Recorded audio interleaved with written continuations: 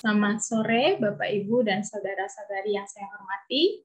Salam sejahtera dan salam sehat bagi kita semua. Ya, senang sekali bisa kembali bertemu dengan Bapak, Ibu, dan saudara-saudari sekalian di dalam kelas kuliah umum etika dan moralitas. Ini adalah pertemuan kita yang ketiga, dan pada sore hari ini, Bapak Denny Boy akan kembali memberikan materi pembelajaran bagi kita semua tentang etika praktis, secara khusus membahas tentang persoalan aborsi. Ya, berharap Bapak, Ibu, dan saudara-saudari sekalian masih tetap semangat di dalam mengikuti pembelajaran pada sore hari ini. Saya mengingatkan nanti kami akan memberikan link absensi atau daftar hadir yang dapat Bapak, Ibu isi. Dan ini ada pertanyaan juga untuk absen pertemuan pertama, mungkin nanti akan kembali kami share jika Bapak Ibu belum mengisinya pada Aku mau kemana? Aku belum ketemu.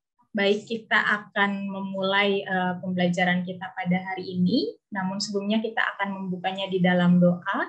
Saya meminta kesediaan Bapak Mansen untuk dapat membuka di dalam doa. Apakah Bapak Mansen sudah? Baik. Ya. Baik Ibu, terima kasih Bapak Ibu sekalian. Mari kita mulai pertemuan kita. Izinkan saya off cam ya Bapak Ibu, dan izinkan saya berdoa di dalam iman Kristen Protestan. Mari kita bersatu dalam doa. Ya Tuhan, kami bersyukur karena siang hari ini kami bisa berkumpul kembali dalam pertemuan Zoom meeting kami ya Tuhan, bersama-sama dengan Bapak Ibu dari Civitas Akademika Krida, begitu juga dengan kami semua yang berada di tempat kami masing-masing. Kami bersyukur Tuhan telah menyertai kami dalam setiap aktivitas kami, sehingga kami bisa bertemu pada pembelajaran kali ini Tuhan. Kami percaya Tuhan pembelajaran yang ketiga ini akan membutuhkan banyak lebih konsentrasi dan pemikiran untuk boleh memahaminya. Kiranya Tuhan boleh kan ketenangan apapun isi yang kami juga Pak Denny Boy Saragi untuk memimpin kami dalam pemahaman yang tentunya akan berguna bagi kami di masa-masa yang akan datang ya Tuhan. Walaupun sekarang mungkin materi yang kami pelajari ini belum berdampak secara langsung dalam kami. Inilah yang menjadi doa dan kerinduan kami Tuhan, yang akan berhubung menyusul mereka dalam aktivitas mereka masing-masing. Dalam Kristus Yesus kami pertemuan kami. Amin. Terima kasih Bapak Mansen telah memimpin kita di dalam doa. Selanjutnya saya serahkan kepada Pak Denny untuk memberikan materi pembelajaran. Terima kasih Junita, selamat sore teman-teman, Bapak Ibu yang terkasih, semoga sehat-sehat semua ya. Nah, ini lagi musim hujan, Pak Henson kayaknya semangat terus ini ya belajar. Iyalah Pak, ikut Bapak jadi mesti semangat. Siap. Pendeta Nathan juga semangat nih kelihatannya ya. Tuhan Oke. Pak. Baik, kita Oke, kita mulai dengan kuis sederhana dulu ya. Tapi saya mau share, ini menarik sekali. Hasil kuis yang lalu bagus-bagus loh ternyata ya. Kalau saya lihat di sini laporannya, saya kirimkan waktu itu linknya. Ya ini ya, betul ya. Ini ya hasilnya memang 54%, tapi lumayan bagus ya. Coba kita lihat ranking 1 itu ada namanya PBG, wah 100 dia. Benar semua. Ada Firman Bekerja juga 100, ada 07 juga 86. Ada banyak yang 70-an lah. Pak Hansen mantap nih kayaknya 71 ya. Masih ada yang kurang mungkin masalah jaringan atau bagaimana ya. Ini jadi mudah-mudahan makin lama makin bagus ya. Oke, kemudian ini kelihatan nggak John yang Kahoot yang baru ini? Ya, sudah kelihatan Pak. Oke. Nah, jadi Bapak Ibu sekalian kalau berkenan buka kahoot.it-nya, kita coba kuis pemanasan dulu ya, supaya jangan terlalu tegang gitu ya. Oke, kita kuis dulu, buka kahoot.it, kemudian masukkan game pin 5778151. Namanya terserah, bebas saja. Mau pakai Batman atau apa ya. Sudah ada ini SRB. Saya, oke boleh. Oh, Firman Bekerja lagi nih, yang juara 1 ya. Ini jagoannya nih. Ya, nanti kalau sudah ada 20-an kita langsung mulai aja ya. Nah, silakan. Ikut aja biar seru ya. Kalau nggak ikut nanti takutnya jadi bosan nungguin kita bermain ya. Bapak Ibu, ini kita buat karena di Ukrida sendiri kita dalam kuliah mengikutkan gamifikasi ya. Itu memang teknologi pendidikan yang terbaru. Jadi kuliah nggak sekedar berorientasi dosen, tapi juga mahasiswa ikut bermain, belajar, mencari, mencoba, menelusuri. Dengan begitu diharapkan suasana kuliahnya lebih interaktif dan mahasiswa meskipun online tetap bisa asik gitu ya, seperti bermain game gitu ya.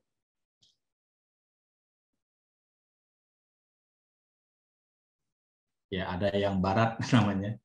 Silakan kita tunggu 5 lagi yuk biar cepat. Ya.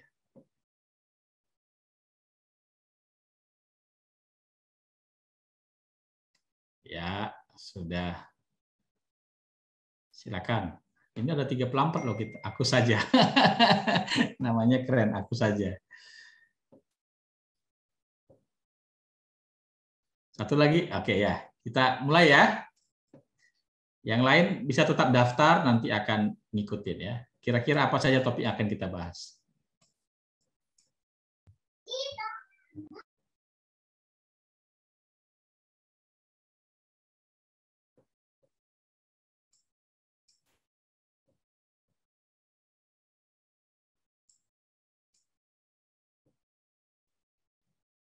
Passwordnya berapa tadi Bang? Passwordnya?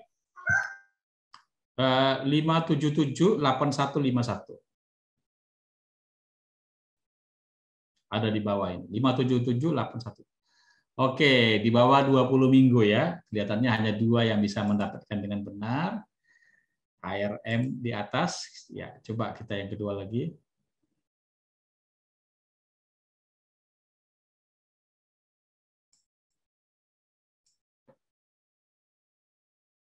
Dicoba sebisanya aja ya.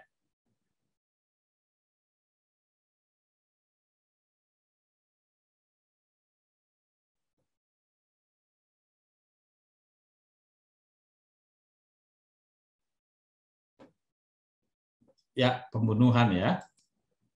Oke. Yang ketiga.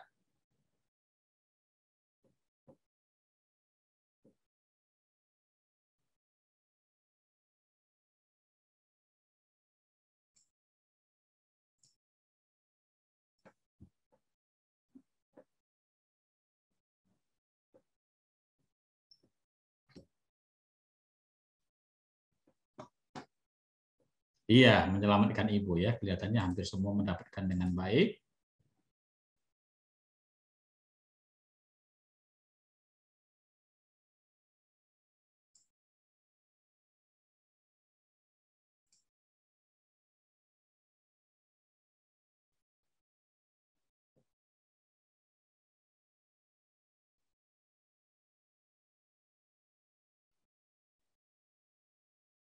Iya, ya. Jadi yang lain itu adalah posisi pro-choice semua ya, kecuali bahwa manusia dimulai hari 0 ya. Jarang itu menjadi posisi mereka. Atau ya hampir tidak pernah lah ya.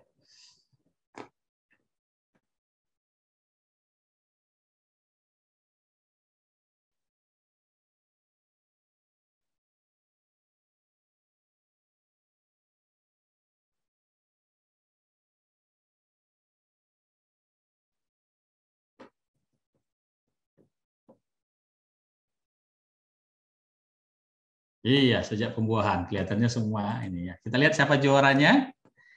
Juara 3 adalah duo Firman Bekerja. Firman Bekerja juara 3 ya.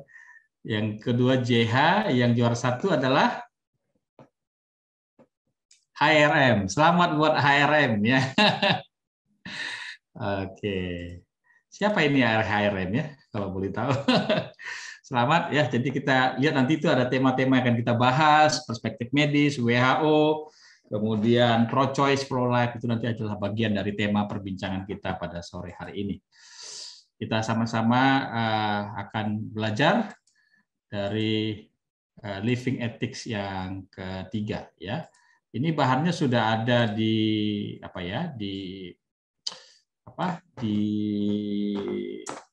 Ukrida Virtual Class, silakan diambil. Oke, ya.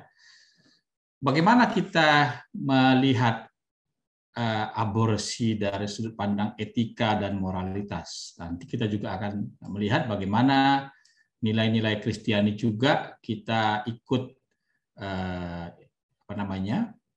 engage ya, kita libatkan dalam pertimbangan-pertimbangan etika kita ya.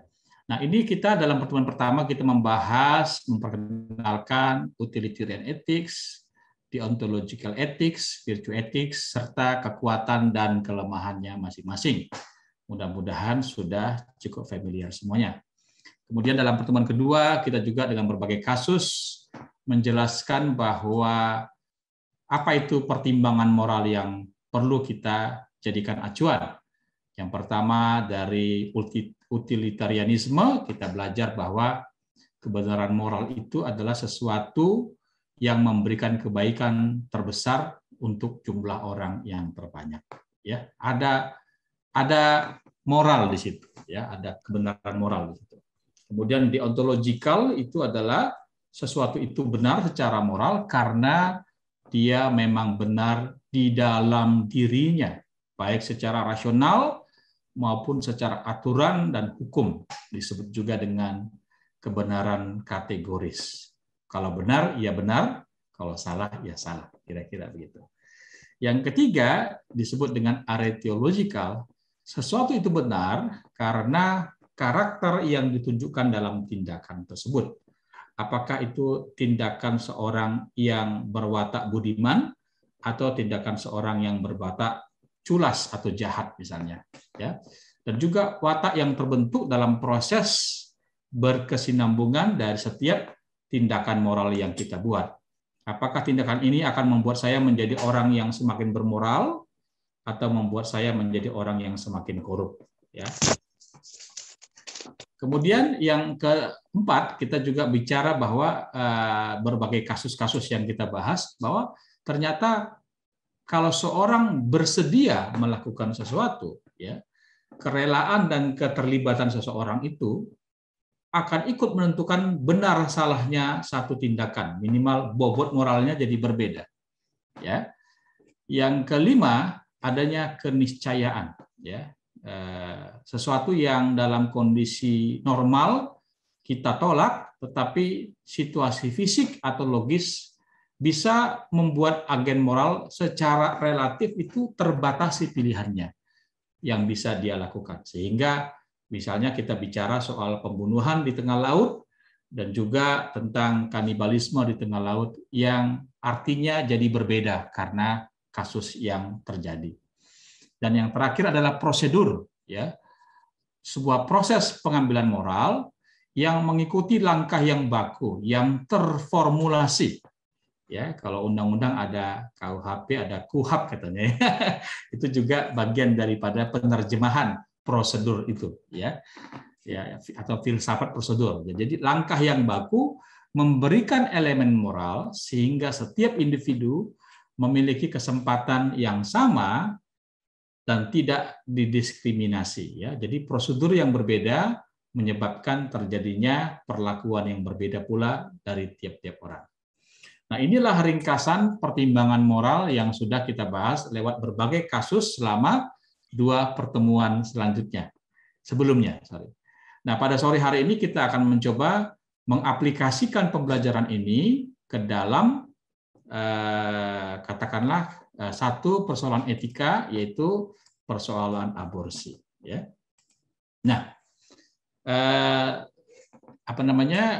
seperti yang disebutkan bahwa kuliah kita hari ini aborsi, maka pada minggu depan kita akan belajar euthanasia. Kemudian kelima kita akan belajar cloning dan bayi tabung.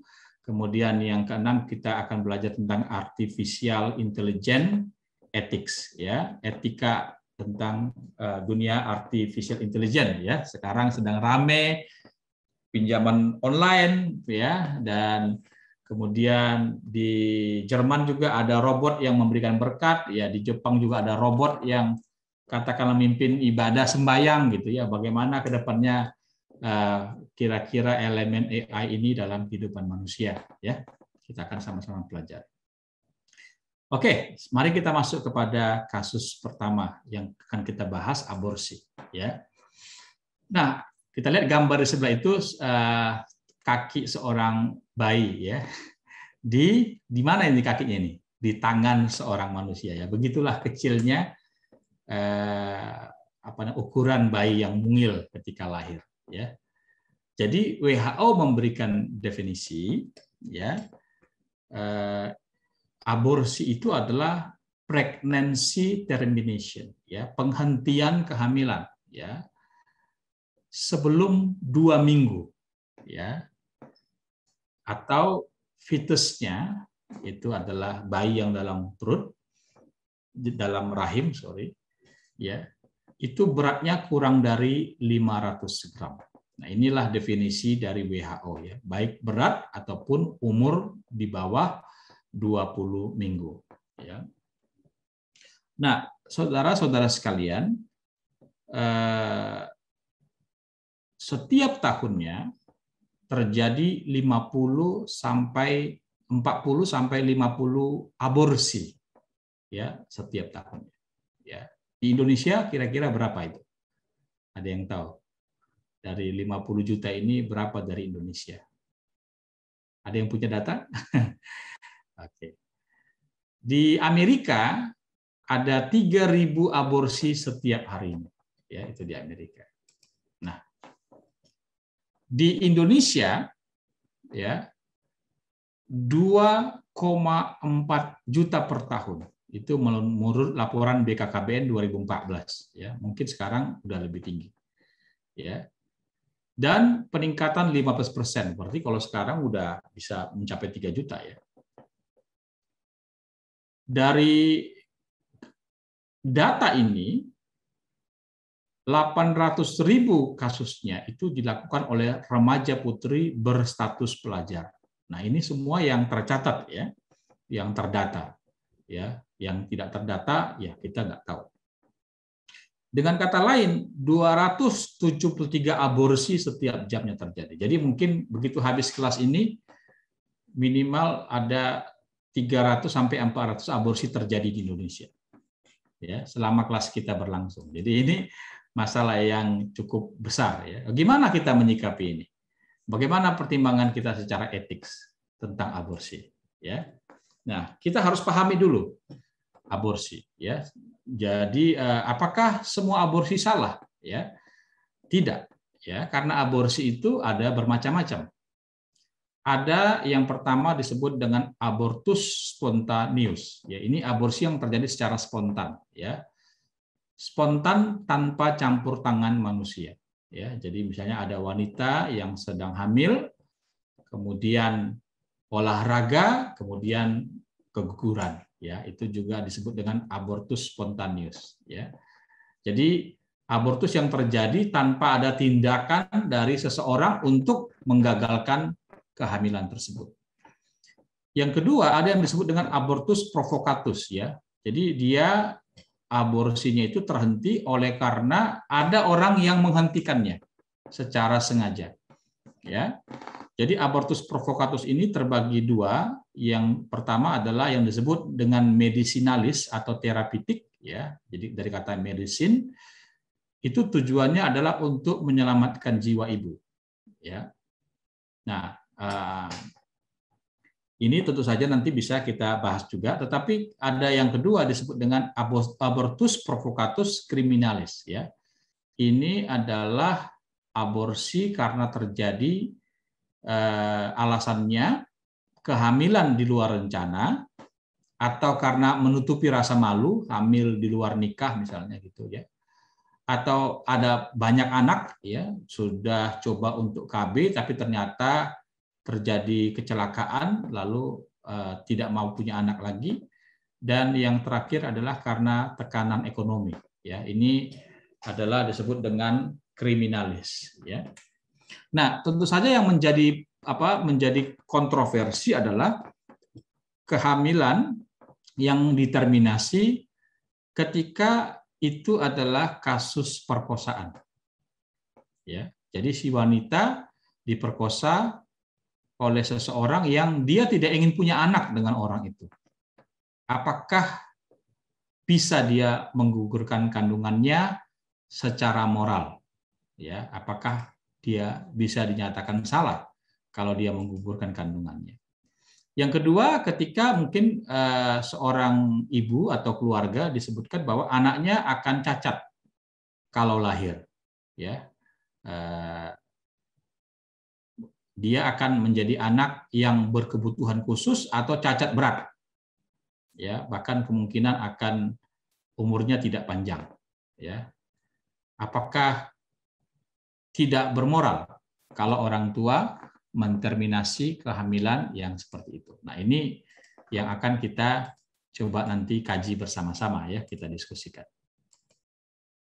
Nah, saya mulai dengan sebuah kasus lagi, ya. Biasanya kalau kelas kita kan mulai dengan kasus, ya. Nah, ini saya ambil dari bukunya Terry Rosen, ya. Dia mengatakan begini. Ini menarik karena gini, kalau di Indonesia kan pasti aborsi itu ya sudah salah gitu ya, nggak akan melakukan. Tapi kalau di Amerika kan ada negara bagian yang memperbolehkan. Nah, sehingga ini menarik secara kasus moral untuk kita kaji, ya. Ya. Jadi seandainya tidak dilarang oleh hukum, nah ini terjadi. Bagaimana kita menilainya secara moral, gitu ya. Jadi Kate adalah pasien yang berusia 17 tahun, ya. Dia belum menikah dan hamil 8 minggu, ya. Nah, dia anak gadis yang luar biasa, ya, dan dia hidup mandiri karena saat ini masih duduk di SMU. Dia adalah anak yang diadopsi, kemudian dikembalikan ke panti asuhan, dan kemudian di-abuse di dalam panti asuhan tersebut. Jadi dia punya perjalanan hidup yang cukup pahit, ya. Nah, tapi dia adalah mahasiswa perguruan tinggi dengan beasiswa perjalanan penuh di universitas terkenal. Bahkan sambil kuliah dia bekerja 30 jam per minggu di bidang jasa industri, ya. Sementara juga IPK-nya juga sangat bagus, ya, 4,0. Kate sama sekali tidak memiliki dukungan keluarga. Mantan pacarnya yang merupakan ayah dari anak yang belum lahir menghilang begitu saja setelah mengetahui Kate hamil. Saat ini Kate khawatir tidak punya asuransi dan mengatakan dia tidak ingin hamil atau menjadi ibu sekarang ini. Ya, nanti mungkin, tapi sekarang dia nggak mau. Ya. Nah, di Amerika itu ada lembaga yang menawarkan gini, kalau ada wanita yang mau menggugurkan, bagaimana kalau kamu jangan gugurkan, anakmu nanti diadopsi sama orang. Gitu. Jadi ada lembaga yang mengerjakan itu. Jadi dia ditawari, mau nggak anaknya itu dilahirkan aja nanti diadopsi sama orang, nggak dia ini. Tapi dia nggak mau. Ya, dia menolak opsi adopsi berdasarkan pengalamannya pribadi. Ya, karena dia melihat nanti anak yang diadopsi itu nanti bisa saja mengalami hidup yang pahit seperti yang dia alami juga. Jadi dia bilang, kalau anak ini lahir, saya nggak ingin dia menderita seperti saya. Gitu ya. Dan dia bilang, saya ingin aborsi. Oke, pertanyaan saya sekarang, apa yang akan Anda akan katakan kepada si Kate? Ya, kan sudah belajar ini ilmu etika dan moral selama 2 minggu. Ayo, kalau kalian itu katakan itu family kalian atau keluarga Bapak Ibu, apa yang akan Bapak Ibu sampaikan kepada si Kate ini?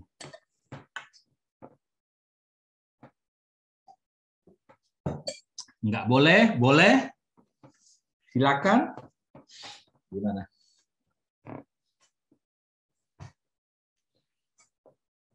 Ayo, silakan Bu Dermawan.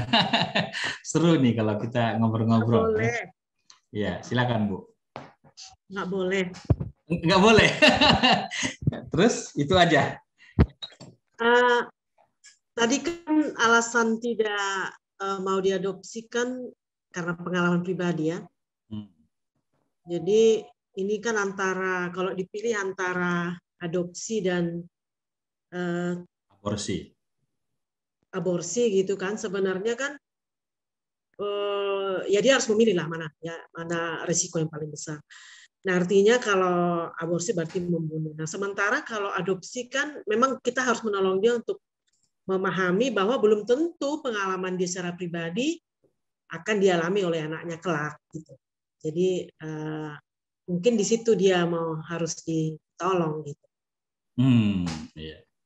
Tapi bagaimana dengan pertimbangan etika kita yang lalu itu bahwa dia nggak punya konsen atau dia tidak punya kerelaan untuk membawa si anak dalam tubuhnya selama katakanlah 5 bulan ke depan gitu. Dia nggak mau. Ya, Itu dia saya. dia nggak rela misalnya kalau bolehlah bawalah anak ini ke dunia tapi jangan di perut saya, perut kalian aja gitu. Gimana kira-kira jawabannya? Ayo. Pokoknya iya, gimana kira-kira jawaban Bu Dermawan? Mana ya? Oke, nggak apa-apa, pikir-pikir dulu. Ya.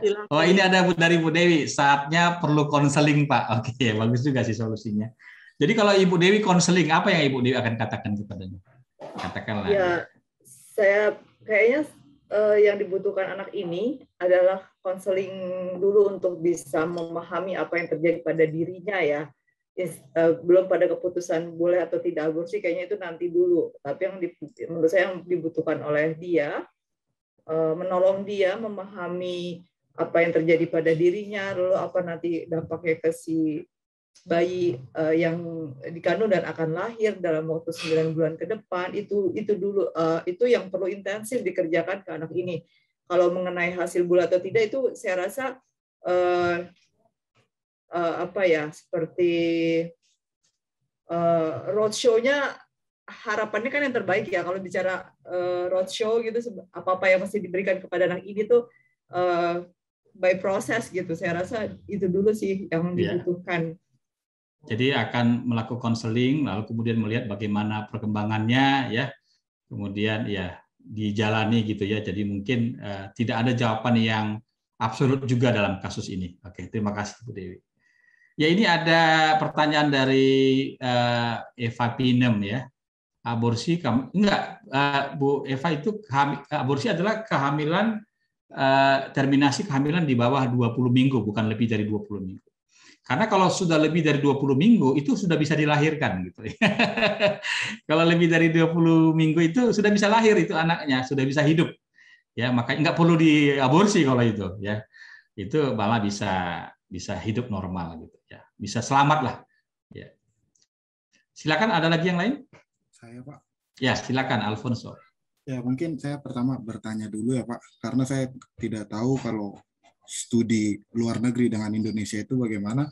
Mungkin karena dia dapat beasiswa kan, Pak, apakah gara-gara, saya nggak tahu peraturannya gimana, mungkin Bapak boleh memberitahu, kira-kira kalau dia kan dapat beasiswa penuh, apabila dia melakukan pelanggaran, contohnya ini kan hamil, apakah ada putus beasiswa atau gimana? Mungkin itu salah satu pertimbangan dia, sehingga dia tidak mau melakukan anaknya diadopsi. Mungkin itu yang perlu Bapak kasih tahu dulu ya, Pak, karena saya juga bingung ini, kira-kira gimana studi luar negeri sama Indonesia. Ya. Kalau di luar negeri enggak sama sekali, Amerika lah khususnya ya, enggak akan dihentikan beasiswanya kalau hamil ya, kalau di universitas, karena itu pasti akan kalau ada universitas yang melakukan itu pasti langsung kena protes sama ini ya, aktivis hak asasi manusia. Di Amerika aborsi sudah disahkan secara nasional, Pak. Betul, ya, seperti kata Pak Gun, ya, aborsi itu sudah menjadi bagian dari perundang-undangan di Amerika. Dan pendapat untuk yang mengatakan bahwa dilarang untuk, maksudnya menolak untuk aborsi tanpa memberikan jalan keluar, saya pikir agak terlalu berat sebelah ya. Kalau kita mau melarang dia, mengatakan kamu jangan aborsi, kita harus bisa memberikan suatu jalan keluar. Kita jangan melarang seseorang tanpa memberikan suatu solusi. Karena kalau kita melarang seseorang melakukan sesuatu tanpa solusi, ya itu saya pikir tidak adil. Ya. Jadi ibaratnya kita mengatakan bahwa kamu jangan jadi pelacur. Tetapi dia tidak memberikan bantuan sementara dia menjadi pelacur karena dia memang membutuhkan income untuk menghidupi keluarganya. Jadi semua larangan harus ada solusinya. Itu, Pak. Terima kasih. Terima kasih Pak Gun ya. Pak Gun ini menggabungkan utilitarian dengan deontologi ya. Jadi juga ada unsur apa juga saya lihat situ, ada unsur pertimbangan teological ya. Artinya itu tidak berwatak budiman lah ya, melarang orang melakukan sesuatu tanpa memberikan solusi yang baik juga. Oke. Baik, ini udah mulai panas ini semua. Udah mulai asik. Kita lihat ada banyak variasi perbedaan pandangan satu dengan lain. Oh, ini ada Pak Henson. Silakan Pak Henson kalau ada mau tanggapan. Silakan. Iya, Pak. Jadi ya dari legal itu Pak Gun betul, Pak. Kalau legal bilang boleh ya sudah. Kan begitu kan? Itu Ya. satu pandangan itu, Pak. Tapi kalau saya dengan hak dan kebebasan, dia waktu mengadakan hubungan seks itu kan atas kehendak dia. Oleh karena itu Menarik juga itu ya. Berani berbuat, berani bertanggung jawab gitu ya Pak ya. Iya, iya Pak. Jadi ada hak dan kewajiban hukum terhadap seseorang, Pak. Seseorang berani membunuh, seseorang berani melakukan pencurian, dia tahu juga efeknya apa. Ya. Dihukum. Nah, itulah. Jadi kita nggak bisa membela dia sama dia, tapi dia itu kehendak bebas untuk melakukan dan dia juga oleh karena itu dia mesti bertanggung jawab. Oke, baik. Terima kasih Pak Henson. Nanti disitulah mungkin secara hukum ada juga dibedakan antara orang yang hamil karena keinginan sendiri, karena kebebasan sendiri seperti disampaikan Pak Henson dengan korban pemerkosaan. Ya, Pak Johannes kita lanjutkan dulu ya. Nanti saya akan kasih Pak Johannes memberikan tanggapan. Boleh izin Pak Johannes? Ya, kita lanjut dulu ya sebentar ya. Nanti kita akan inikan lagi. Jadi kita lihat sudah ada berbagai macam pandangan tentang case ini dan memang case ini nggak gampang ya, nggak mudah ya. Jadi memang kita lihat ada sisi moralitas di mana dia mengambil keputusannya untuk aborsi, ada juga sisi moralitas di mana kita melihat dia harus mempertanggungjawabkan perbuatannya dan juga tidak serta-merta menterminasi kehamilannya. Nanti kita akan lihat. Oke. Nah, kalau ditanya apakah aborsi tidak boleh dilakukan sama sekali ya. Jadi dalam kode etik kedokteran ada kalimat seperti ini. Seorang dokter dilarang menggugurkan kandungan atau abortus provocatus tanpa indikasi medis yang membahayakan kelangsungan hidup ibu dan janin. Jadi memang di kode etik pun ada disebutkan bahwa itu harus ada indikasi medis ya yang membahayakan kelangsungan hidup ibu dan bayi. Dan ini indikasi medis ini nggak boleh ditentukan oleh masing-masing ya. Oh, saya merasa enggak. Itu yang menentukan itu harus tenaga kesehatan atau dokter yang memang sesuai dengan keahliannya. Dalam kasus langka di mana kehidupan ibu dalam bahaya, baik ibu dan anak akan mati jika tidak dilakukan tindakan, maka secara etis dan moral lebih baik menyelamatkan satu individu daripada membiarkan keduanya mati. Ya, ini pertimbangan etika medis di kedokteran. Nah, kita lihat di sini, ini mirip sekali dengan kasus yang kita bahas ya, tapi aplikasinya sangat spesifik dalam kasus aborsi.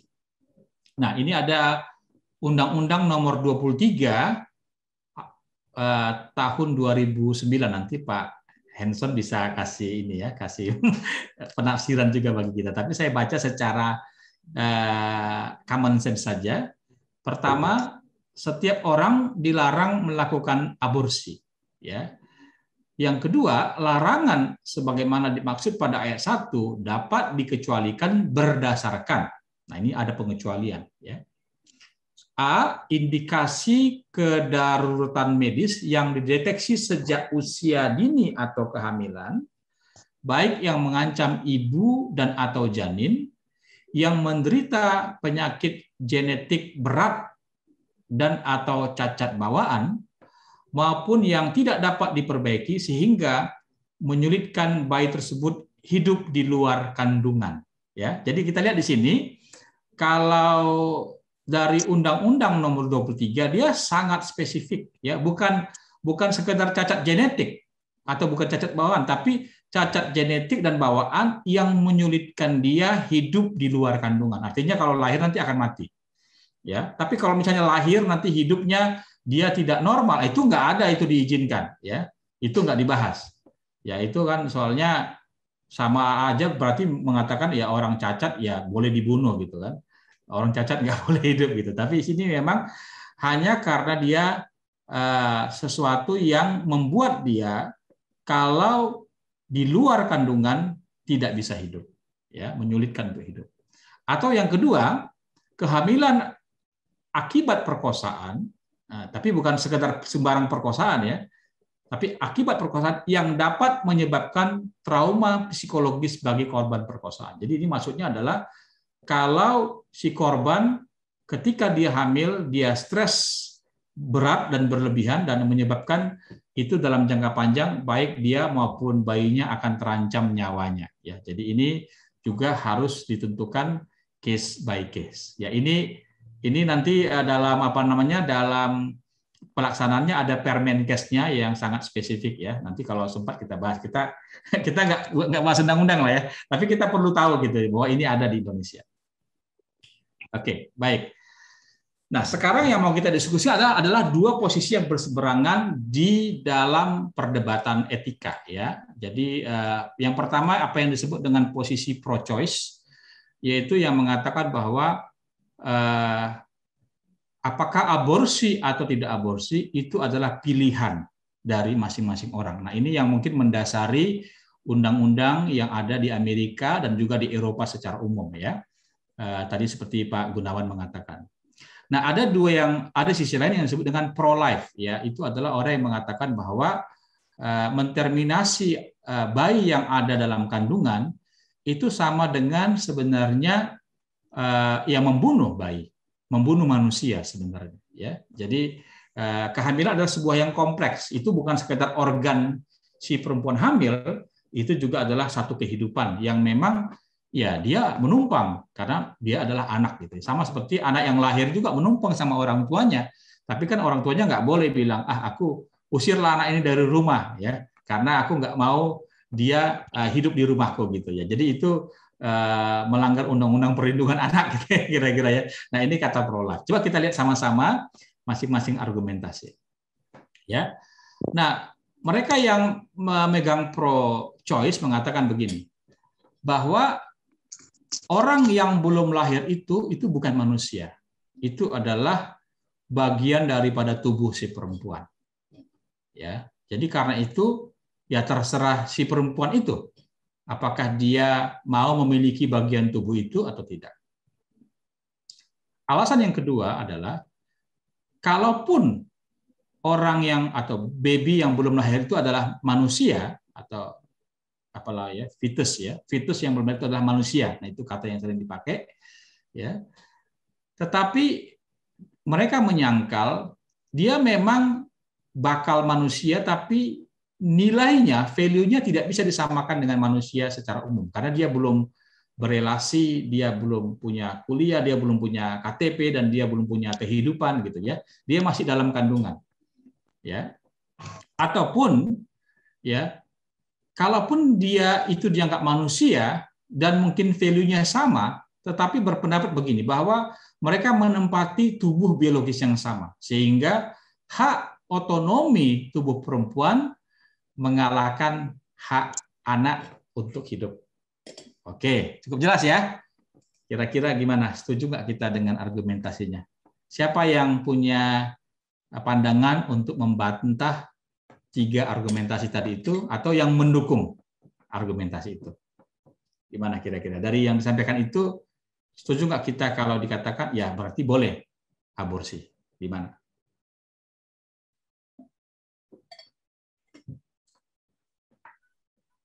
Oh, ini ada dari Pak Johannes Menjuntak, konseling adalah proses melakukan konsultasi. Ya. Oke, terima kasih. Ya, ini ada ini. Silakan Pak Henson kalau mau kasih tanggapan, silakan. Ya. Khususnya yang poin 2 tadi, Pak. Ya. Saya melihat dari sisi hukum, itu anak yang dalam kandungan itu mestinya dia sudah dianggap satu nyawa, satu hak suara. Ya. Apabila dilahirkan hidup. Gitu loh, Pak.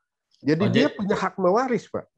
Kalau dia mempunyai hak mewaris, artinya mempunyai hak dan kewajiban.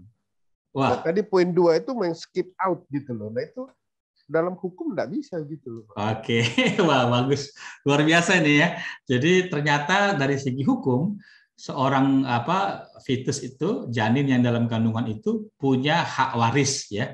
Jadi karena itu dia sebenarnya sudah diperlakukan sebagai ini ya, orang yang punya hak hukum gitu ya. Oke. Gimana yang lain? Ada nggak yang ingin berbeda pendapat dengan ini Pak Henson? Ini Pak Henson ini pengacara yang sering ini loh di Indonesian Lawyer Club ini. Silakan, ada nggak yang mau kasih tanggapan? Oh, ini di chat room ada diskusi tentang konseling dan coaching. Oke. Ya, nanti bisa dilanjutkan lagi ya. Oke. Ada yang lain? Silakan. Nggak ada, sama semua. Semuanya diem. Ingin mendengar aja jawaban selanjutnya apa? Nggak ada? Nah, ini kalau sepi-sepi begini nggak seru di kelasnya nih. Gimana Bang Budi? Bang Budi Partugi Silaban, gimana pandangannya? Masih 50-50 nih Bang, jadi belum mantap. Oke. Saya tanya dulu deh kalau gitu ini. Ini Evi ini siapa ya, Evi? Evi, boleh nggak minta bantuannya? Gimana pandangannya Evi?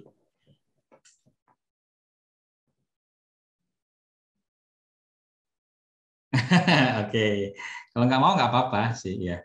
Silakan. Bisa kasih pandangan biar ini suasananya lebih hidup. Skip dulu, Bang.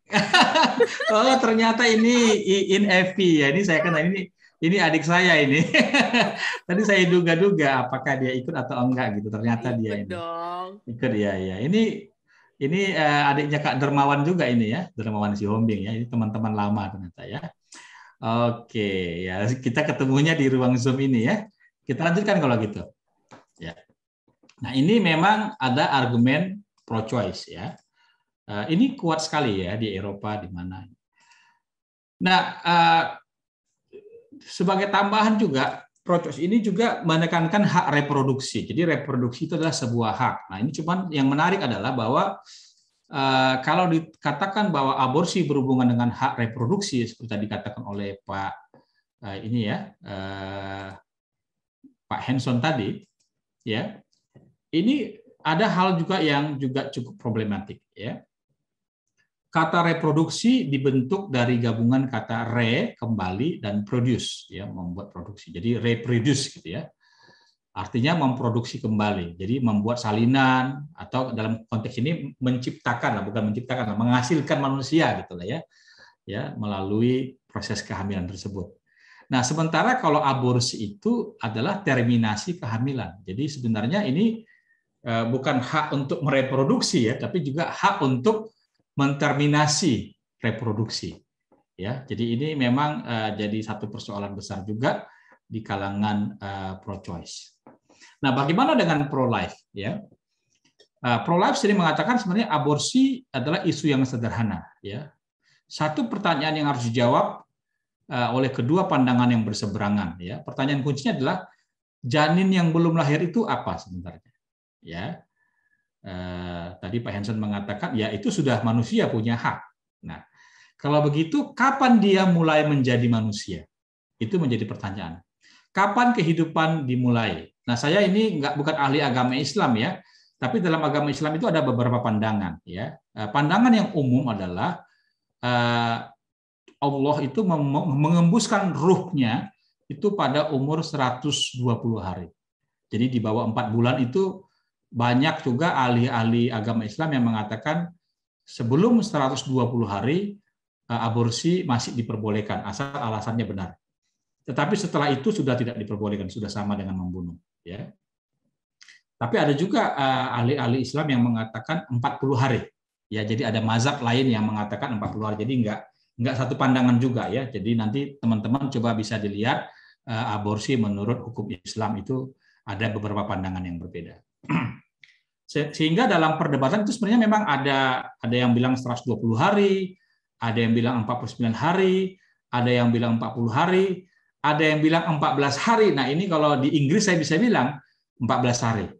Ya, nanti kita akan coba banyak diskusikan karena untuk teknologi cloning, khususnya teknologi cloning dalam rangka pencangkokan organ, itu seringkali digunakan fetus pada usia di bawah 14 hari untuk katakanlah menuai mengambil organ-organ yang akan dikembangkan untuk nanti dicangkokkan kepada manusia. Ya, nanti kita akan bahas dalam, saya kira, pertemuan yang kelima itu ya. Kita akan nanti membahas itu secara lebih mendalam. Tapi ada juga yang mengatakan dari 0 hari, dari mulai pembuahan. Ya, ini yang tegas ini Katolik ya, begitu ya. Kalau Protestan, ya namanya Protestan itu suka protes gitu ya. Itu pandangannya nggak jelas ya, beragam-ragam. Ada yang bilang A, ada yang bilang C, ada yang... Kalau Katolik itu jelas ya, hari 0 itu sudah itu ya. Ya ini jadi ini harus kita jawab nih. Gimana kita menjawabnya ini? Jadi kan ini yang jadi sulit ya. Jadi kalau misalnya dari hari 0 ya berarti semua aborsi kapanpun itu salah, sudah membunuh. Tetapi kalau misalnya dari 14 hari, bahwa berarti di bawah 14 hari kita bisa mempertimbangkan akibat-akibat yang mungkin misalnya karena pemerkosaan atau yang lain gitu ya. Kalau di bawah 40 hari berarti di bawah itu gitu, dan seterusnya. Jadi isunya di situ ya. Nah, yang menarik di dalam Sumpah Dokter Indonesia, nah ini justru dikatakan saya akan menghormati setiap hidup insani mulai saat pembuahan ya. Jadi saya kalau ngajar ini di kedokteran UGRIDO, saya sampaikan ini karena mereka kan calon-calon dokter, ya. Jadi ini mulai saat pembuahan ini. Jadi ini sangat Katolik ya, ini apa namanya sumpah dokternya, karena mungkin berdasarkan tradisi Eropa yang sangat klasik, ya. Nah, memang kalau menurut sumpah dokter itu berarti kehidupan dimulai sejak pembuahan, berarti pada sejak zigot, ya. Alasannya begini, sebenarnya ada alasan-alasan biologi juga, ya. Zigot itu sudah memiliki kromosom yang sama dengan manusia, yaitu 4 pelanan buah. Nah, ini alasan kedokteran mengapa dikatakan sejak pembuahan. Ya. Jadi ada 4 pelanan buah, yaitu 22 pasang autosom, yaitu adalah kromosom tubuh, dan 1 pasang gonosom, itu adalah kromosom untuk seksualitas. Ya. Dan juga dalam usia 18 hari itu jantung sudah berdetak, ya sudah ada detak jantung. Usia 3 minggu ya itu sudah ada CNS-nya itu sudah terbentuk dan juga berfungsi. Bahkan sudah ada 6 minggu itu ya, itu sudah ada gelombang otaknya ya. Jadi cerebrumnya itu sudah terbentuk ya. Usia 8 minggu itu sudah ada organ vital, telinga, mata, tangan, kaki, gigi itu terbentuk. Bahkan sudah ada sidik jari ya pada usia 4 bulan itu ya. 2 bulan, sorry. Nah, ini ada saya ambil dari buku yang berjudul Bioethics ya, Maria Talbot. Jadi dia mengatakan begini, fertilisasi itu adalah proses 24 jam, ya, dan itu sempurna ketika terjadi singami, ya, di mana materi genetik dari sperma dan sel telur itu sudah bercampur, ya. Jadi produknya itu adalah zigot tadi itu ya, yaitu single cell organisme. Jadi zigot itu masih 1 sel. Tapi 1 sel yang merupakan percampuran antara sperma dan sel telur. Ya, jadi 1 sel. Nah, setelah 5 hari zigot itu akan menjadi apa yang disebut dengan blastosis. Blastosis ini adalah pre-implantation embrio. Jadi embrio yang belum melekat ke rahim. Ya, masih dia embrio yang sedang berjalan menyusuri fallopian tube itu ya, dari apa namanya berjalan lah ya menuju rahim. Ya, itu blastosis ini dia adalah satu bola yang kopong terdiri dari 100 sel ya. Dari sinilah nanti akan berkembang embrio ya. Tetapi dari 100 sel ini nggak hanya jadi embrio, dia akan menjadi 2 organ lainnya. Ya. Sebagian menjadi plasenta, sebagian lagi menjadi umbilical cord. Umbilical cord itu kayak apa ya? Tali pusarnya itu. Ya. Jadi dari zigot ini berkembang menjadi blastosis, dan blastosis ini akan menjadi 3 bagian. Ya, yaitu adalah babynya atau embrionya, plasenta, dan umbilical cord. Ya. Nah. Kemudian setelah 2 hari, berarti hari ke-7, blastosis ini akan melekat kepada rahim. Ya. Lalu terbentuklah signal-signal biokimia dari ibunya, sehingga itu akan membuat perkembangan dari si fetus itu. Nah, ini harus dipahami ya, sekitar 75% dari telur-telur yang dibuahi itu tidak bisa melekat ke rahim. Ya, jadi hanya 25% yang dibuahi itu kemudian melekat. Ya. Nah, 14 hari setelah fertilization, ya, jadi setelah 14 hari, ya, ketika fetus itu atau embrio itu berjumlah kira-kira 2.000 sel, sel-sel itu mulai bisa dibedakan, disebut dengan primitive streak. Ya, jadi dia ada katakanlah pembedaan awal. Ya. Situlah mulai dibedakan mana sel yang akan menjadi sistem saraf dan mana sel yang akan menjadi organ. Nah, itulah makanya di beberapa negara setelah 14 hari itu tidak diperbolehkan lagi aborsi. Karena itu dianggap sudah pembunuhan. Sebelum 14 hari itu dianggap masih perdebatan. Apakah boleh atau tidak boleh. Karena sebelum 14 hari itu belum jelas dia manusia atau enggak. Bahkan belum tentu juga dia akan melekat di rahim ibunya. Ya, jadi di sini kita lihat ada sedikit nuansa, nanti kita perlu pertimbangkan sama-sama. Ya, apakah kita ketat dengan 0 hari, apakah kita akan ambil 7 hari, apakah kita ambil 14 hari atau 40 hari dan seterusnya. Tapi kita perlu tahu ini informasinya. Ya. Jadi yang pasti kalau misalnya untuk cloning, organ cloning ya, itu tidak boleh dilakukan setelah 14 hari. Ya, itu di UK. Ya, sebelum 14 hari itu masih boleh dilakukan. Ya. Dan ketika sudah 14 hari maka itu semuanya harus dimusnahkan ya. Jadi itu makanya riset kepada embrio ini dilakukan dalam masa itu ya. Setelah 7 minggu maka organ-organ itu menjadi bisa dikenali ya. Embrio itu menjadi fetus. Jadi ada juga yang membedakan antara embrio dengan fetus ya. Jadi setelah 7 minggu lah baru disebut dengan fetus ya. Itu adalah bentuk awal dari bayi yang akan lahir ya, yang akan lahir dalam usia 9 bulan kira-kira gitu. Nah, ini adalah yang digunakan dalam buku ini.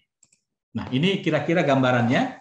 Kalau kita lihat sebelah kiri ini ya, terjadi misalnya di sini ovarinya itu menghasilkan sel telur.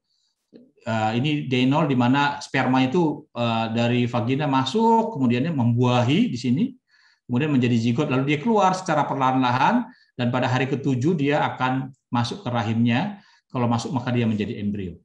Ya, kalau tidak ya dia gugur. Ya. Nah, ini kita lihat sini dari segi gambarnya itu memang sudah ada ya, bisa ditemukan ini pada minggu ketiga hati, kemudian minggu keempat itu ada mata, kemudian ada mulai kaki juga 4 dan 5, kemudian 6, 7 ada gigi, ada telinga, dan seterusnya sampai nanti minggu ke-9 itu sudah terbentuk otaknya. Ya, kira-kira ini gambaran dari ininya. Ya. Nah, ini saya nggak bikin di bahan karena ada copyright, jadi nggak boleh disebarin. Ya. Nah, kasus sulit. Oke, sekarang pertanyaannya kalau begitu, ya dari penjelasan tadi. Menurut Bapak Ibu, sejak kapan sih manusia itu adalah manusia? Gimana kira-kira? Sejak kapan dia jadi manusia? Pak Henson gimana Pak Henson? Sejak dalam kandungan iya, tapi sejak dalam kandungan pada hari keberapa nih? Hari 0, hari ke-7, hari ke-14, hari ke-40, hari ke-120, gimana? Silakan. Iya Pak, jadi kalau ini teman-teman yang mengikuti ini juga dari berbagai disiplin ilmu, Pak. Ya. Dan mestinya ilmu-ilmu dasar itu tidak membahas tentang eksepsi. Bapak ada 10 Commandments. 10 hukum Tuhan aja itu dibahas bukunya setebal-tebal begitu, Pak. Nggak habis-habis. Nggak bisa habis ya. Nah, kenapa Bapak sekarang bahas eksepsi? Yang membingungkan semua begitu. Kalau Bapak hukum selalu begini, Pak. Jangan membunuh. Nggak ada eksepsinya, Pak. Apapun yang membunuhkan masuk di pengadilan, Pak. Ya. Tapi PNS kan hakim mempertimbangkan lain, meringankan, Pak. Tapi dia sudah ini. Nah, tidak boleh aborsi. Ya oke, mestinya kita bahas itu kenapa gitu. Ya tapi karena ini program bagus ya kita ikut aja Pak. Terima kasih Pak. Terima kasih Pak Ensa. Ya kalau orang hukum gitu ya, semuanya harus jelas. Kalau orang etika semuanya dikabur-kaburin gitu ya. Jadi memang kami orang etika ini orang berdosa ini Pak Ensa. Ya, silakan yang lain gimana, ada tanggapan? Sejak kapan sih? Saya sih setuju ya bahwa artinya yang namanya membunuh itu ya memang nggak boleh. Ya, tapi kan yang namanya membunuh kan membunuh manusia. Ya, kalau membunuh ayam kan boleh ya Pak Enson ya, membunuh ayam, membunuh kambing. Kalau nggak kan bisa kita makan gitu. Tapi pertanyaannya sejak kapan manusia itu disebut manusia? Wah ini ada Darwini ya, hari nol. Silakan Pak Darwini, kenapa hari nol?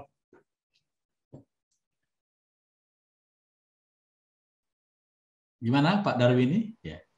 Saya ibu-ibu sih. Oh, sorry, maaf Bu. Ya, silakan Bu. Ya, apa namanya, saya ngelihat dari karena saya melihat dari firman Tuhan. Maksudnya ya waktu sperma dan imun telur itu ketemu itu udah jadi manusia gitu, dan buat saya sih dari situ aja dia udah berharga buat saya sih itu. Jadi kalau misalnya udah mau dibunuh, mau pengguguran, ya tetap aja itu namanya membunuh gitu. Ya. Jadi dari hari nol ya. Oke, silakan yang lain. Boleh Pak? Silakan. Ya. Ya, karena saya setuju dengan Pak Denny ya, kita orang etika tuh suka mengkabur-kaburkan. Atau istilahnya terus bertanya sebelum sampai buktinya ada. Mungkin hari nol ini sebenarnya bisa diperdebatkan ya Pak. Karena ketika perempuan atau seorang wanita itu hamil, kita aja, terutama saya laki-laki, kita bisa tahu dia hamil itu kapan.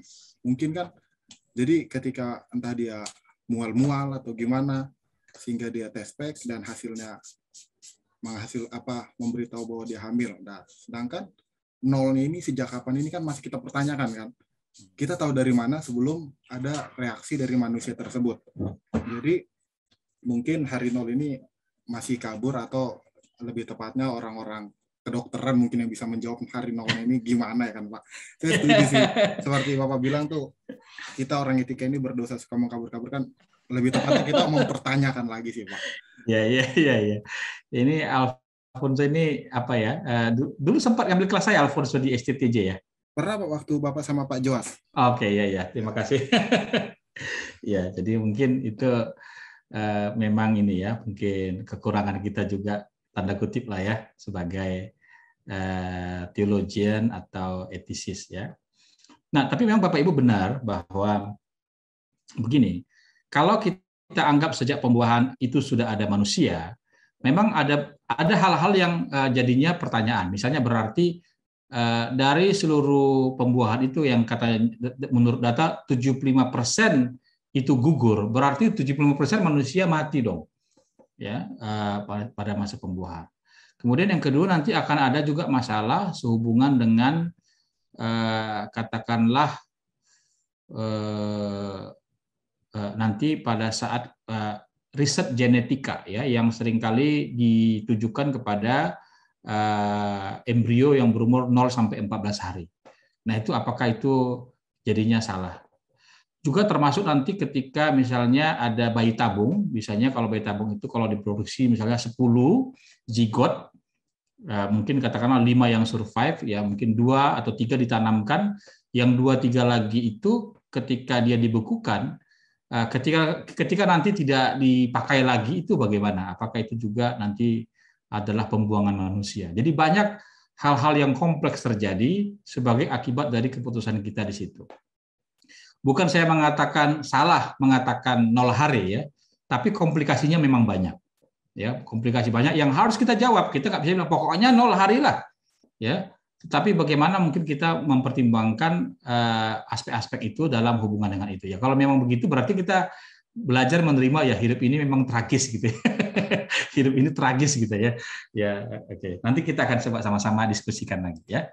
Tapi nanti ini akan ada hubungannya dengan pelajaran-pelajaran berikutnya sehubungan dengan teknologi biologi ya. Nah, memang kasus sulitnya adalah perkosaan dan cacat bawaan ya. Nanti saya akan berikan Christian worldview-nya, jangan khawatir ya. Tapi sabar dulu, nanti jangan sampai langsung wah udahlah ini Bapak ini keputusannya begini, enggak. Sabar dulu ya, dengarkan baik-baik dulu semuanya ya. Jadi masalah kasus sulit perkosaan dan cacat bawaan ya. Nah, masalah cacat bawaan yang kadang-kadang kalau di luar negeri itu bukan hanya karena dia tidak survive di luar kehamilan ya. Kalau di luar negeri itu dia survive, tapi kalau dia katakanlah ada sindrom seperti ini, itu juga banyak orang-orang yang tidak mau meneruskan kehamilan itu. Ya. Jadi birth defects atau genetic condition are physically functional problems in an individual ya. Jadi ada yang sudah dimulai sejak kelahiran, tetapi ada yang baru ketahuan kemudian hari ya. Jadi kondisi genetic condition ini bisa menyebabkan misalnya bagaimana anak itu klinis. Kalau wajahnya ini kan khas ya. Kasnya. Jadi kita sudah tahu bahwa ini memang merupakan ada memang genetic conditions atau ada birth defects di sini ya. Bahkan kadang-kadang ada internal organs ya, misalnya ada lubang di jantungnya, ada kidney ya yang hilang ya. Dan bagaimana anak itu kemudian belajar dan berkembang. Ya. Dan menurut ini ada Down Syndrome Association ya, 62% Down Syndrome itu bisa didiagnosa pada saat kehamilan. Ya, lalu kemudian ada datanya itu 92% diaborsi. Ya. Tapi kalau kita lihat ternyata ini ada juara para Olympics ya. Ya. Namanya Nuala Skarisdik ya. Jadi dia dianggap ini orangnya cacat ya, tapi ternyata dia berhasil dalam kehidupan. Ini juga ada ini menarik ya. Ini Nick Vujicic ya, kalau saya nggak salah namanya, Nick Vujicic ini sama istri dan anaknya ini. Ya, jadi waktu dia lahir ini mamanya menjerit ya waktu dia lihat dia, karena ditunjukkan sama dia bayi. Bayangkan waktu dia lahir mamanya lihat tidak punya tangan, tidak punya kaki ya. Bayangkan kalau Anda jadi ibunya gitu ya. Jadi tapi ternyata dia jadi motivator dunia ya. Ini setahu saya dari Australia ini ya, dan punya istri yang sangat cantik dan anaknya juga normal ya ketika lahir ya. Ini memang karena ada isu bahwa kita hidup dalam budaya yang mengejar kesempurnaan. Ya, budaya mengejar kesempurnaan ini juga menjadi salah satu akar daripada ras Arya yang menginspirasi Hitler ya. Jadi menolak menerima apapun yang tidak memenuhi standar kita. Jadi mungkin ada sisi-sisi yang harus kita pertimbangkan nih. Kalau kita bicara tentang ya bagaimana ya orang harus katakanlah menilai bayi yang dianggap memiliki kecacatan genetik dalam rahim ya, itu perlu penilaian ulang dan jangan sampai kita terpengaruh atau dikontrol oleh budaya kita ya. Nah, kalau dikatakan apakah benar kita tidak tahu kapan kehidupan dimulai ya, jadi ini sebenarnya kalau dari segi kedokteran tadi sudah disampaikan tadi salah satu teman kita ya, Alfonso. Memang sebenarnya di medical embryologi itu ini karena saya juga ngajar di kedokteran ya. Saya bukan dokter tapi ya saya harus mengacu kepada apa yang diajarkan ya. Jadi memang telah berabad-abad sebenarnya ya bahwa kehidupan itu dimulai pada saat pembuahan. Itu makanya Sumpah Dokter juga begitu ya. Tetapi memang ilmu kedokteran tidak melihat manusia itu pada titik, tapi sebagai satu proses ya. Jadi sebagai satu kesinambungan. Ya. Saya yang masih zigot yang masih satu sel dengan saya yang sekarang Denny Saragi adalah saya yang sama, kira-kira gitu. Jadi satu proses. Itu bukan saya dulu lain, sekarang saya menjadi orang yang lain. Ya. Jadi anak-anak yang tidak diizinkan, apakah seharusnya tidak diizinkan datang ke dunia atau tidak diinginkan? Ya. Jadi mungkin ini sebenarnya adalah untuk KB, bukan untuk aborsi. Ya, karena anak dalam hal ini sudah ada di dunia, ya. Jadi dan dia berada dalam tempat teraman, ya, disebut rahim ibunya. Gitu ya. Nah, ini soal human rights ya. Jadi ini juga ada sisi lain ya. Wanita memiliki kebebasan untuk memilih ya, melanjutkan atau menterminasi kehamilannya.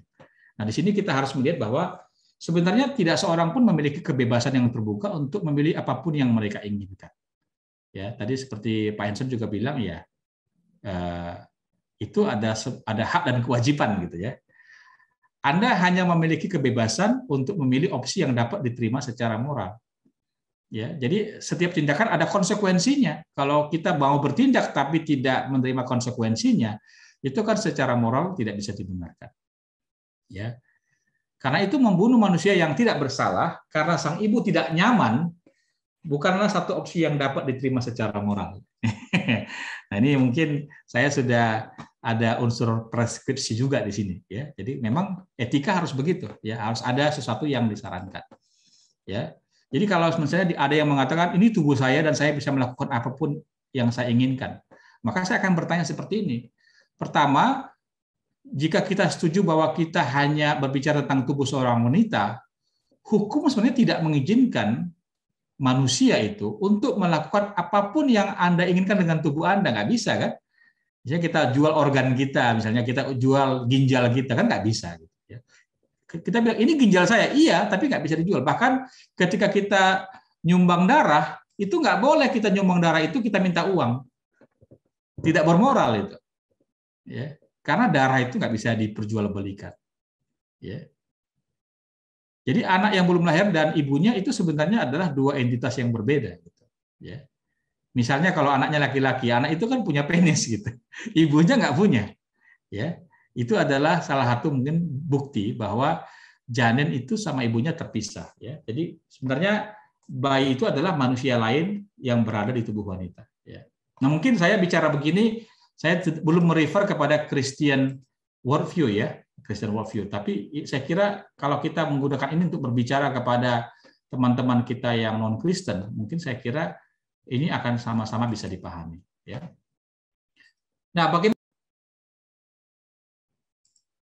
Ya.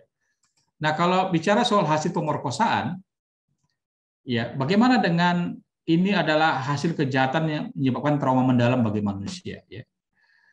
Nah, ini menarik sekali ya sebenarnya ya. Kalau memang kita menghargai kehidupan, ya, maka menarik sekali kalau misalnya dengan dasar itu maka kita memperbolehkan aborsi. Maka kejahatan seseorang atau pemerkosa tidak bisa menjadi pembenaran untuk membunuh orang lain yang belum lahir, gitu. Ya, gitu ya. Jadi ketika bayi itu lahir memang ada unsur si pembuat kejahatan, tapi juga ada unsur ibunya di situ, ya. Bahkan kalau dikatakan akibat kejahatan itu maka si bayi harus mati, kok si bayi yang harus mati? Kenapa bukan si pemerkosa yang harus mati? Bahkan kalau dia ditangkap pun nggak kita bunuh dia. Tapi kenapa ini yang merupakan akibat itu justru dibunuh? Ya. Jadi kita memberikan hak, ini kan masih kita bicara filosofis ya. Memberikan hak kepada yang memerkosa dibandingkan janin yang tidak berdosa. Ya. Jadi ini sangat menarik kalau dikaji secara ini ya. Bagaimana dengan pandangan mengatakan itu kan tidak peka dengan perasaan si wanita ya. Jadi kita bisa bilang bahwa meskipun kita memahami trauma wanita yang hamil karena perkosaan atau cacat tawan, itu tidak serta-merta akhirnya membenarkan pembunuhan manusia yang tidak bersalah. Nah, di sini ada konflik antara utilitarian dengan deontologis. Ya. Jadi bahwa mengambil nyawa itu tetap salah meskipun efeknya buruk, gitu ya. Jadi bagaimana mendamaikan ini? Ya. Tetapi anak ini akan membuat ekonomi keluarga negara terkuras. Nah, kembali lagi ya. Ya, jadi apakah memang sebuah akibat itu menjadi alasan sepenuhnya? Kita ingat lagi kembali kasus tentang kecelakaan dan di ruang kedokteran itu. Nah, ini tadi menarik alternatif solusi yang sudah diberikan, tadi sudah disampaikan juga oleh Ibu Dewi, ya konseling. Sebenarnya ya memang perlu, memang ada soal antisipasi, perencanaan ke depan, khususnya kehamilan. Support group juga perlu. Jadi kalau di beberapa negara di mana gereja-gereja ya dan komunitas agama lainnya betul-betul mendukung penolakan kepada aborsi, mereka nggak hanya berteriak-teriak, tapi mereka membuat support group, mereka menyediakan solusi tadi seperti kata oleh Pak Gunawan tadi ya, mereka memberikan solusi gimana caranya supaya wanita yang hamil itu bisa ditolong menjalani proses kehamilannya sampai melahirkan.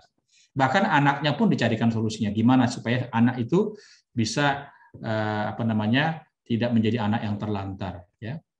Dan ini perlu dukungan sistem pemerintahan, misalnya dipelihara oleh negara, panti untuk unwanted baby, anak dengan cacat bawaan, seterusnya, atau sekolah reguler ya, dengan asisten dan penyesuaian.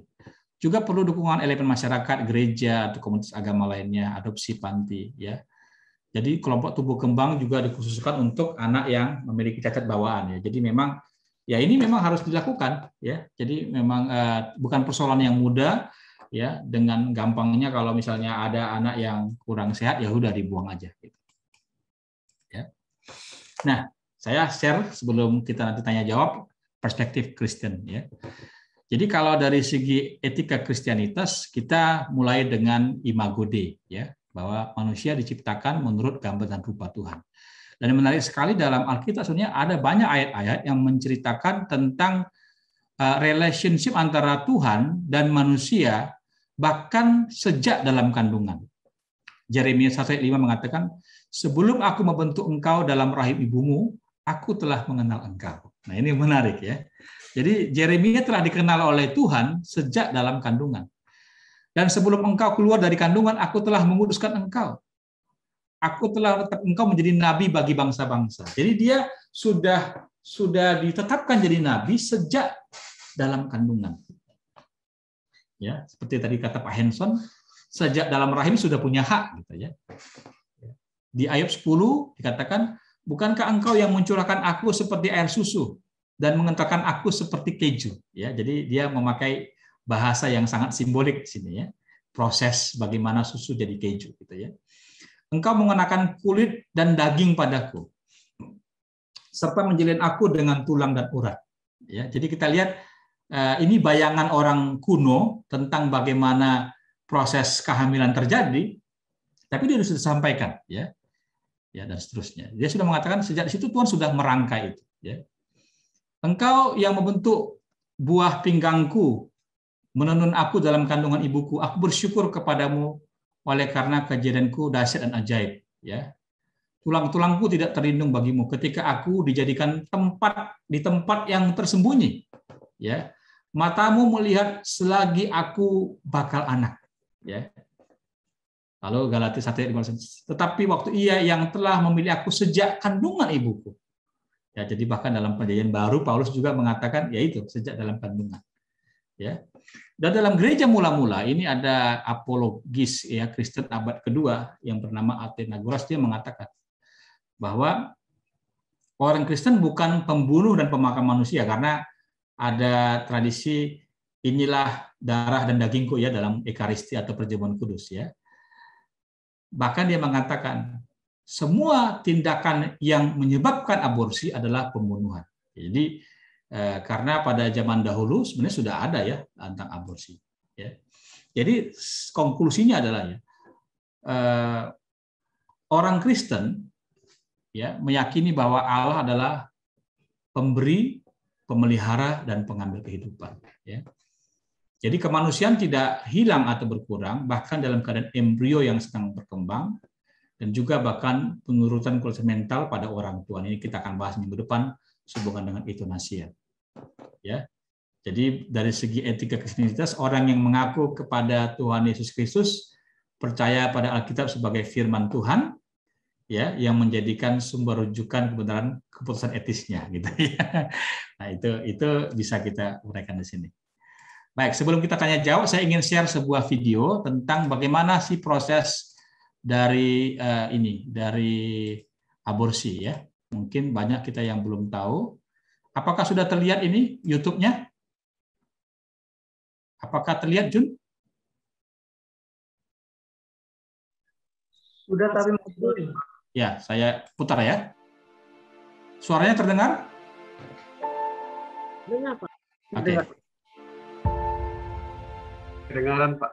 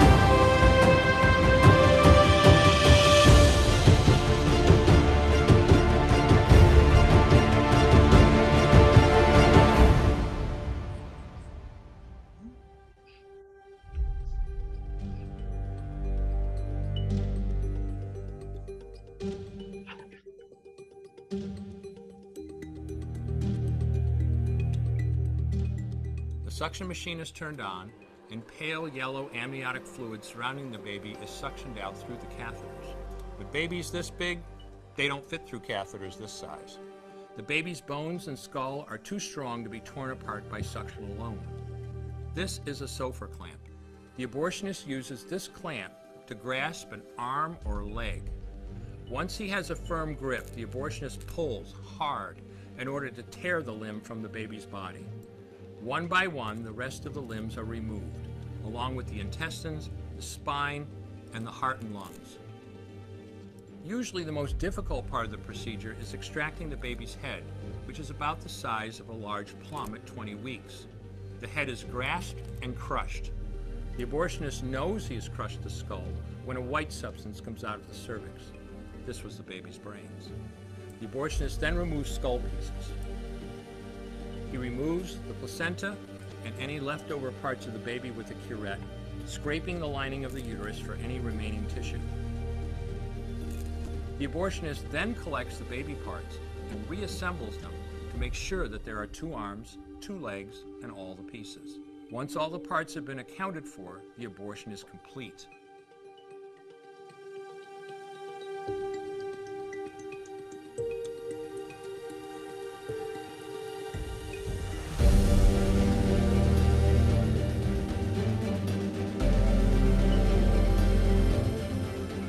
Ya, ini video yang menceritakan tentang proses aborsi ya.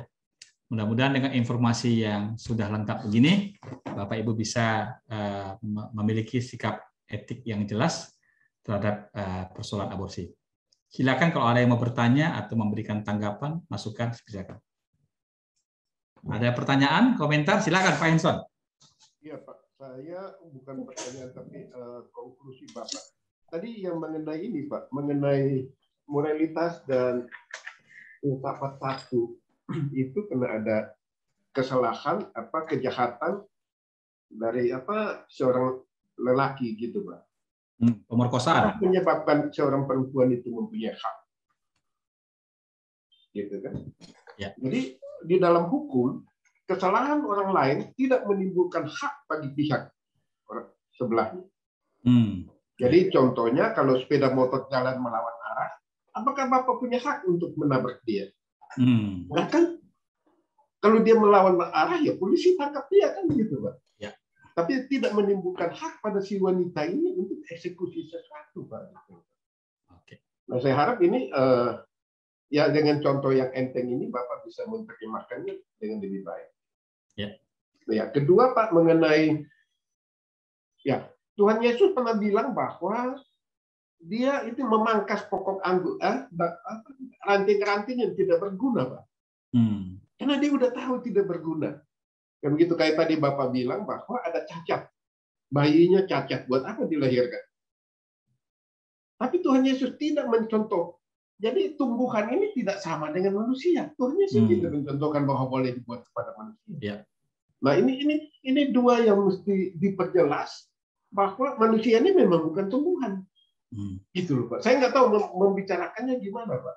Sehingga akibatnya bahwa anak yang cacat itu Tuhan bilang, ya bukan salah ibu bapakmu. Nah, ini korelasinya kan ada. Jadi Tuhan Yesus pun tahu bahwa ada bakalan lahir dengan cacat. Dan dia tidak mau memperbaiki itu. Bahkan dia berkasih semangat bahwa ya ini bukan salah ibu dan bapak, tapi bagi kemuliaan nama Tuhan. Nah, penekanan di morality ini, saya pikir morality Kristen ini yang mesti dibangun. Tapi kan saya bukan lebih lagi Pak teolog. Nah, itu Bapak yang bisa ngomong aja. Kalau hukum jelas Pak. Jadi mohon Bapak bisa singgung juga ada beberapa poin hukum itu bahwa memang itu nggak boleh sama sekali. Dan kita membicarakan pasal yang ke-1, pasal 75, aborsi itu dilarang gitu Pak. Ya. Judulnya mesti itu Pak. Eksepsinya jangan jadi judul Pak. Jadi konsepsi pemikirannya berbeda. Kalau judulnya bahwa aborsi dilarang, ini penting. Nah, ada eksepsinya, oke, disentuh-sentuh gitu. Nah, ini hanya obrolan enteng Pak. Mohon jangan dibawa di dalam pembahasan ilmiah Pak. Terima kasih Pak. Terima kasih Pak. Justru kita perlu mendengar ini dari perspektif hukum ya. Dan saya setuju 100% dengan yang disampaikan oleh Pak Henson. Ya, bahwa secara filsafat juga gitu ya. Dua kesalahan tidak menjadikan satu kebenaran ya. Two wrongs doesn't make one truth katanya gitu ya. Jadi tadi kayak misalnya orang berjalan di sebelah kanan lalu bisa kita tabrakkan gitu ya. Jadi kita benar menabrak dia karena dia jalan di sebelah kanan, enggak juga gitu ya. Saya sangat setuju. Jadi juga kemudian sama tadi bukan berarti karena ada pemerkosaan maka dibenarkanlah kasus aborsi. Tapi kebetulan ini kalau Pak Henson di Indonesia, apakah Pak Henson juga tahu bahwa akan ada apa yang disebut dengan permen tentang ini Pak, proses tersebut? Iya Pak. Ada ya. Nah, iya. Iya, Jadi Pak. saya lampirkan juga itu. Bagus, ini Pak. misalnya Permenkes 3 2014. Ya ada ini memang bagaimana proses aborsi karena karena pemerkosaan. Jadi memang dikatakan di sini misalnya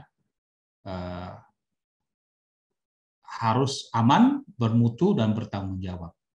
Ya, jadi kemudian tadi kalau soal pemerkosaan di mana itu? Ini yang ada harus ada buktinya ya. Usia kehamilan sesuai dengan kejadian perkosaan dinyatakan dengan surat keterangan dokter, keterangan penyidik, psikolog atau ahli lain adanya dugaan perkosaan. Ya. Nah, secara legal memang ini dimungkinkan di Indonesia, tapi saya sepakat dengan Pak Henson bahwa saya merasa bahwa itu bertentangan dengan nilai-nilai Kristiani. Ya, meskipun itu karena korban pemerkosaan, ya, secara nilai-nilai Kristiani kita melihat tadi seperti ayat-ayat yang saya tunjukkan bahwa memang itu Allah sudah mengenal Yeremia sejak dari dalam kandungan. Ya.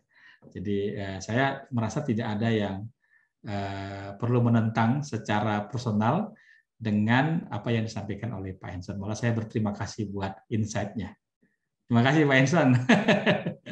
Saya berterima kasih loh Pak masukan. Iya, silakan Bu Junior. Junior ini saya nggak tahu perempuan atau laki-laki, silakan. Selamat siang, selamat sore Pak Denny dan semua Bapak Ya. Ibu. Maaf, saya nggak buka kamera barusan. Silakan Bu. Barusan saya nangis Pak, lihat video itu. Bapak almarhum saya bilang dulu, Tuhan pakai semua cara untuk menyatakan kemuliaannya Pak. Ya. Dulu saya sempat bingung kenapa Tuhan ciptakan anak-anak yang mengalami keterbelakangan mental, retardasi mental. Saya bingung gitu, saya bilang Bapak saya, kenapa sih Pak Tuhan bikin yang kayak gitu? Saya bilang, Bapak saya ajarkan, yang saya ingat sampai sekarang, semua Tuhan pakai untuk menyatakan kemuliaannya. Saya sama sekali tidak bisa terima alasan aborsi apapun Pak. Tidak bisa, dan dengan rencana undang-undang apa Permenkes tadi itu saya juga nggak habis pikir. Utamanya Pak, karena 2 adik saya sampai sekarang belum punya anak ya Pak ya, belum punya anak kandung. Masakan aborsi diizinkan sementara masih banyak orang yang rindu punya anak-anak mereka. Jadi saya sama sekali nggak akan pernah terima sampai kapanpun apapun alasannya. Sangat tidak bermoral, dan saya nggak tahu nanti pertanggungjawabannya kepada Tuhan Yesus. Kalau kita harus pulang meninggal bilang apa gitu loh Pak. Ini pemikiran saya sebagai ibu. Anak saya sudah besar-besar, tapi sangat shocking saya barusan lihat video itu Pak. Saya belum pernah lihat proses aborsi seperti itu. Yang saya tahu dukun-dukun kan mengurut ya Pak, mengurut. Terus yang pernah ditemukan di beberapa tempat klinik-klinik yang menerima layanan aborsi itu ya janin-janinnya udah numpuk. Saya nggak tahu apakah seperti itu, terpotong-potong, terpenggal-penggal si janin-janin yang dikeluarkan paksa itu. Saya juga nggak tahu, bertanya-tanya seperti apa ya Tuhan memandang itu gitu, dosa apa yang nanti akan harus kita pertanggungjawabkan untuk itu. Ini aja Pak dari saya sama sekali nggak akan pernah mendukung apapun alasannya. Ya, terima kasih Pak. Terima kasih Bu Junior. Ya, saya sangat mengerti bahwa video tadi memang sangat shocking ya.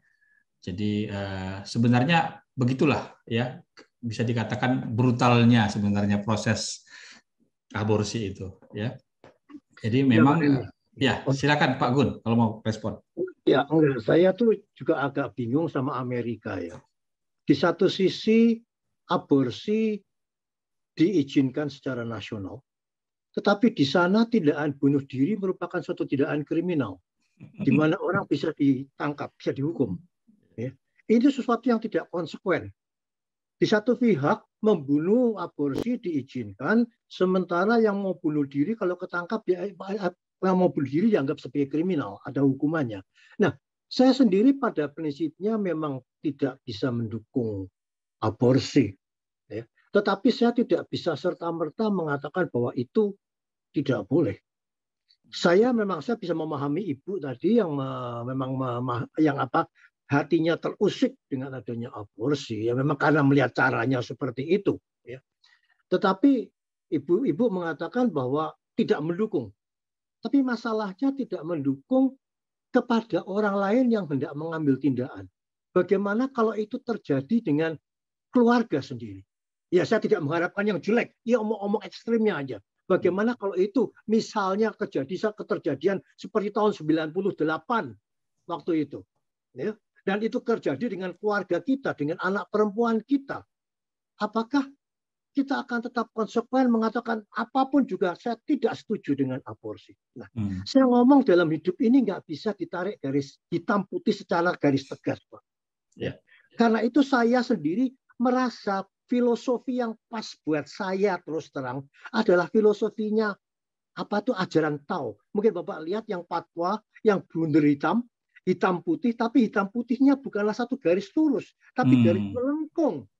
Yang titik putih, ada titik di dalam yang putih, ada titik hitam. Sementara yang di hitam ada titik putih. Buat saya itu adalah suatu ajaran filsafat yang luar biasa.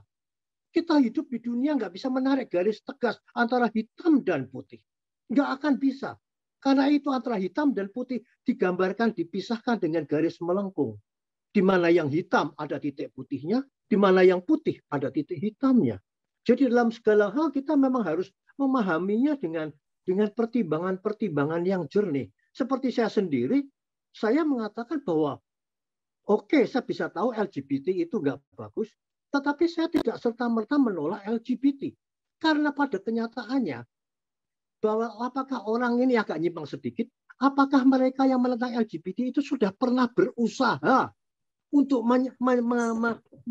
meluruskan jalan yang bersangkutan di situ. Sekali lagi saya nggak bisa kita langsung main-main hakim begitu aja, nggak bisa. Itu pendapat saya. Harus ada suatu jalan keluar yang diberikan untuk mengambil suatu keputusan. Gitu. Terima kasih Pak Gun buat insight-nya. Ya. Jadi Bapak Ibu sekalian, mungkin kita LGBT jangan kita buka dulu diskusinya, nanti kalau itu nggak ada habis-habisnya ya. Kita fokus dulu pada isu ini ya. Jadi begini, saya kira sebenarnya dalam masalah aborsi ini setiap kasus itu pasti selalu unik ya. Kita tadi coba memberikan prinsip-prinsip umum, tapi prinsip-prinsip umum tidak bisa dipaksakan untuk setiap kasus yang berbeda satu dengan yang lain. Nah, waktu kami diskusi di kelas itu di kedokteran ya, itu ada satu case yang menarik yang diangkat oleh seorang dokter. Kebetulan saya mengundang dokter juga untuk ikut mengajar. Jadi dia menceritakan begini, seorang dokter Kristen berada di pedalaman dan ada penduduk lokal itu yang minta untuk digugurkan kandungannya. Ya. Apa yang harus dia lakukan? Sebagai seorang dokter ya dia tidak menerima proses itu. Dia tidak menerima, bahkan dia sebagai seorang Kristen dia menolak itu. Tapi kalau dia tidak membantu, maka yang terjadi adalah perempuan itu akan pergi ke dukun beranak. Ya, dan kalau pergi ke sana ada kemungkinan maka dukun beranak itu akan melakukan secara tidak higienis, bahkan sangat mungkin baik bayinya maupun ibunya akan mati dua-duanya. Apa yang harus dia lakukan? Ya. Di sini saya mengatakan bukan berarti dia harus oke, kalau gitu saya gugurkan, bukan gitu ya. Bukan berarti juga saya mengatakan iya tolak saja, enggak juga. Ya, setiap kasus itu akan menjadi unik. Tadi Pak Gun mengangkat soal korban pemerkosaan 98. Ya. Semua korban perkosaan itu pasti mengalami trauma, tapi tiap korban itu akan mengalami trauma secara berbeda-beda. Ya, setiap proses aborsi pasti sangat mengerikan seperti tadi.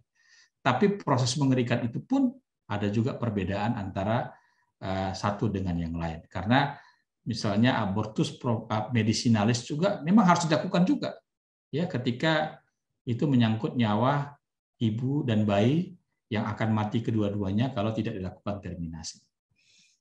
Bapak Ibu sekalian, tujuan kuliah saya pada sore hari ini bukanlah untuk katakanlah menjadi jawaban kepada semua kasus aborsi, tapi memberikan pedoman-pedoman yang bisa dijadikan acuan untuk kita berpikir dengan bijaksana untuk kasus-kasus yang kita hadapi. Itu tidak berarti bahwa ketika kita berhadapan dengan kasus aborsi, kita akan punya jawaban yang gampang. Enggak, aborsi enggak pernah gampang. Tapi setidaknya kita menjadi lebih sadar apa yang perlu kita pertimbangkan ketika kita berhadapan dengan kasus-kasus ini. Kita perlu mempertimbangkan aspek legal, kita perlu mempertimbangkan aspek moral, kita perlu mempertimbangkan prinsip-prinsip nilai-nilai Kristiani kalau kita orang Kristen, atau prinsip-prinsip kitab suci, kita juga perlu mempertimbangkan aspek psikologis dan lain-lainnya. Sehingga dengan demikian, harapannya kita bisa lebih bijaksana, bahkan dalam keberagaman opini tentang satu dan lain hal. Percayalah, ketika kita berhadapan dengan kasus ini, nggak ada jawaban yang mudah. Ya, tetapi setidaknya kita bisa menjawab dengan jujur, dengan tulus, dengan benar, dengan mempertimbangkan apa yang paling benar sesuai dengan hati nurani kita, apa yang paling tepat sesuai dengan kemaslahatan terbanyak, apa yang paling tepat sesuai dengan apa yang paling menggambarkan watak seorang yang bijaksana, sesuai dengan kerelaan, sesuai dengan apa yang menjadi prinsip-prinsip etika selama beberapa minggu ini. Ya, Bapak Ibu, minggu depan kita akan membahas tentang eutanasia. Ya, jangan lupa tetap datang dan bergabung, ajak teman-temannya. Terima kasih. Saya harus mengakhiri kelas kita pada sore hari ini. Ya, untuk menutup, apakah boleh saya minta Bapak Pendeta Nathan untuk memimpin dalam doa? Boleh Pak, boleh. Ya, silakan. Mari kita berdoa. Bapak yang baik, kami bersyukur kepadamu pada sore hari ini. Kami boleh sharing, dan kami untuk semakin dibukakan hal-hal yang berkaitan dengan moral dalam hubungan dengan khususnya dengan aborsi. Kami bersyukur untuk hamba-Mu Pak Denny yang boleh memberi pencerahan kepada kami. Biarlah melalui hal ini membawa kami untuk semakin mengerti, memahami. Sehingga ketika kami diperhadapkan dengan kondisi seperti ini, kami dapat mengambil sikap yang benar sesuai dengan kebenaran firman. Terima kasih Bapa, berkati hamba-Mu Pak Denny, dan kami semua peserta, Tuhan memberkati. Terpuji dan nama-Mu ya Bapa, kekal selama-lamanya. Demi nama Yesus kami berdoa. Amin.